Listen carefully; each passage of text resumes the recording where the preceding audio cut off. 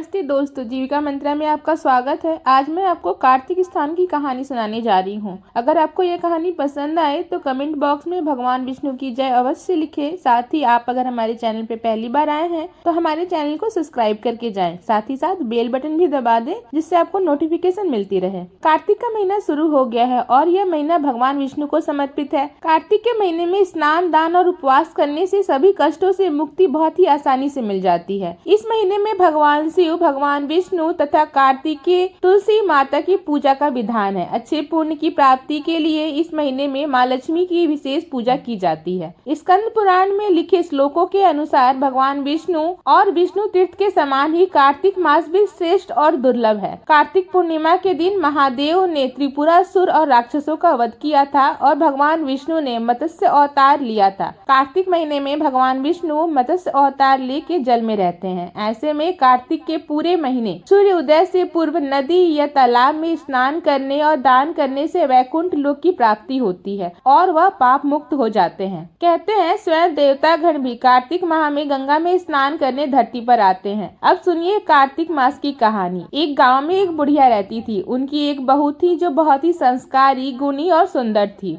वह बूढ़ी माँ हर कार्तिक महीने में कार्तिक स्नान व पूजा पाठ किया करती थी। एक बार जब कार्तिक का महीना आया तो उस बूढ़ी माँ ने अपनी बहू से कहा, बहू मैं कार्तिक स्नान के लिए जा रही हूँ। अब बहू ने कहा ठीक है माँ जी। फिर कुछ देर बाद बहू ने कहा, माँ जी मैं भी आपके साथ कार्तिक स्नान के लिए जाना चाहती हूँ।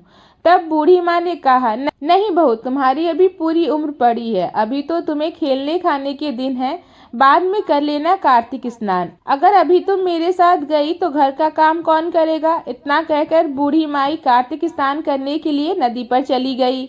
इधर बहू का बहुत मन था कार्तिक स्नान करने का।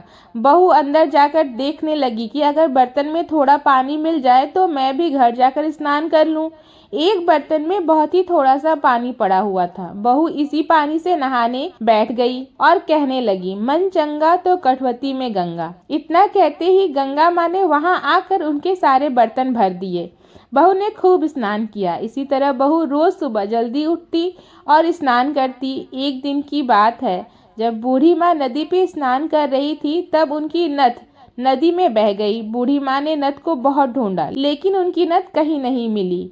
इधर बहू फिर से स्नान करने बैठी और उसने फिर से वही शब्द दोहराए, मन चंगा तो कटवती में गंगा। गंगा माँ फिर से आकर बहू के सारे बर्तन भर गई और बहू ने खूब स्नान किया। गंगा माँ के पानी के साथ बुढ़िया माँ की जो नथ थी वह भी आ गई थी। जब बहू ने उस नथ को देखा वह उसको पहचान गई।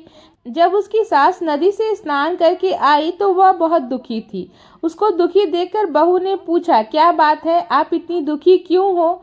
तब सास ने सारी बात अपने बहू को बताई। इसके बाद बहू ने वह नथ लाकर अपनी सास को दे दी। तब सास ने बहू से पूछा, बहू यह नथ तुम्हारे पास कैसे आई। इस नथ को तो मैंने नदी में स्वयं बहते हुए देखा था। तब बहू ने सारी बात अपनी सास को बता दी कि कैसे जब वह स्नान करने जाती है तब वह अपने घर पर ही स्नान करती है और गंगा माँ स्वयं आकर उसके सारे बर्तन भर के जाती है और वह भी रोज कार्तिक स्नान किया करती है। बहू की बात सुनकर सास बहुत खुश हो गई और सोचने लगी, मेरी बहू कितनी संस्कारी और मन की साफ है, तभी तो गंगा माँ खुद आकर इसको कार्तिक स्नान कराती है।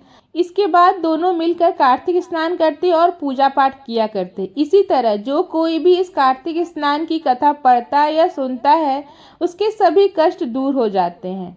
जो भी मनुष्य साफ हृदय से कार्तिक स्नान करता है उसके सारे मनोकामनाएं पूर्ण होती और सारे कष्टों को माता गंगा और कार्तिकेय भगवान दूर कर देते हैं।